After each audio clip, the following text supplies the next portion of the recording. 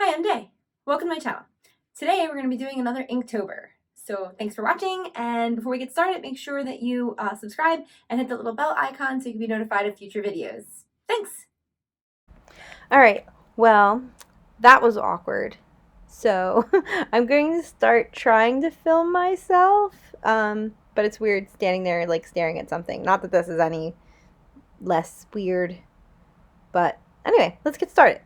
So today's prompt is mindless.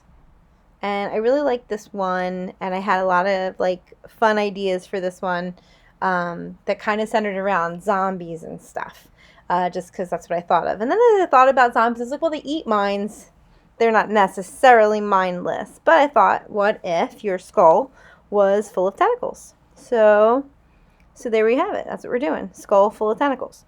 I was watching another YouTuber's Inktober post. They posted like getting ready for Inktober and their kit and everything that they were going to use. And one of the things they brought up in their video was, does digital art count? They went over like sketching, the under sketching like I'm doing here with pencil being fine, using ink being, obviously it's Inktober being the primary thing, but then does digital art count? And, they were like, no, because it's Inktober.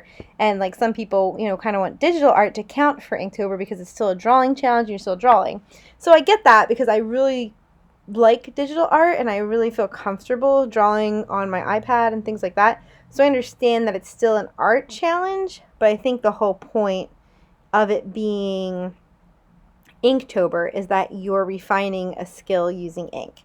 I honestly think that you shouldn't even do the pencil underlay like I do, because the whole point is that you should be sharpening your ink skills and being more confident with the lines you're laying down when you're laying them down. But yeah, well, I'm not that confident, so I'm using pencil. So like, even as you see here, I'm erasing my pencil lines now that I've got the gist of it. And if you notice some of that shaking, that was me hitting the camera. So if you see that, that's my elbow. But yeah, so I like that particular artist said, that they don't feel like digital art really counts for Inktober. I think it's kind of the same way if you've ever been somewhere where, like, especially church on Mother's Day, it's like, okay, well, here's some, like, flowers for mothers. Oh, and all you other ladies that just like being ladies, you can have some flowers too. It's like, well, it's like there's got to be days for those ladies, but it doesn't have to be Mother's Day because it's kind of weird. So, anyway, I always thought it made me feel weird when someone would give me a flower before I was a mom. I'm like, oh, I'm not a mom. So I feel like Inktober is the same way. It's like if you're doing other mediums, that's fine, but there's another place for them, whereas Inktober is definitely to help refine your skills with ink. And like I said, I don't even think I should be able to do the pencil underlay, because really when you're doing the pencil underlay, you're giving yourself all that opportunity to make mistakes and erase it. And when you're working with ink, you have to be confident with your lines and you have to just work with what you've put down, because you can't press undo and you can't erase it.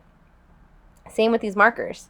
So I will say for this sketch, getting off of talking about my opinions, these King Art markers I thought worked really well doing this. I didn't lay down too much ink. They are pretty juicy, I guess. So I think laying down a little bit less ink was a good thing. So they turned out really nice and it went on really smooth. Here's where I thought I was done, but I wasn't. I didn't put my highlights. So there, I'm putting in my highlights now. So speaking of digital art, since I really do like it, I did do this on my iPad. So I started with the sketch. I didn't record that part, but you can see how many times I'm taking it back and like not committing to a line and doing a line again and again and again. And I think that's the difference between digital art and Inktober. It's like if you're going to lay down the ink, that's permanent. So here I'm also using the symmetry in this app so that when I was doing the one half of the skull, it was drawing the other half for me. So it's like perfectly symmetrical. Is that the word? So yeah, so I think there's a lot of ways you can kind of cheat with digital art. So, which I like because I like digital art. So I don't know. What do you think about Inktober? Do you think that digital art entries kind of count along the same vein? Are you against it, for it? I don't know. You tell me. I'm pretty much thinking we should stick with ink. So this is the end of my digital art. And not bad. I kind of liked it better than the traditional, but it's because I could go back and forth. So, well, thanks for watching.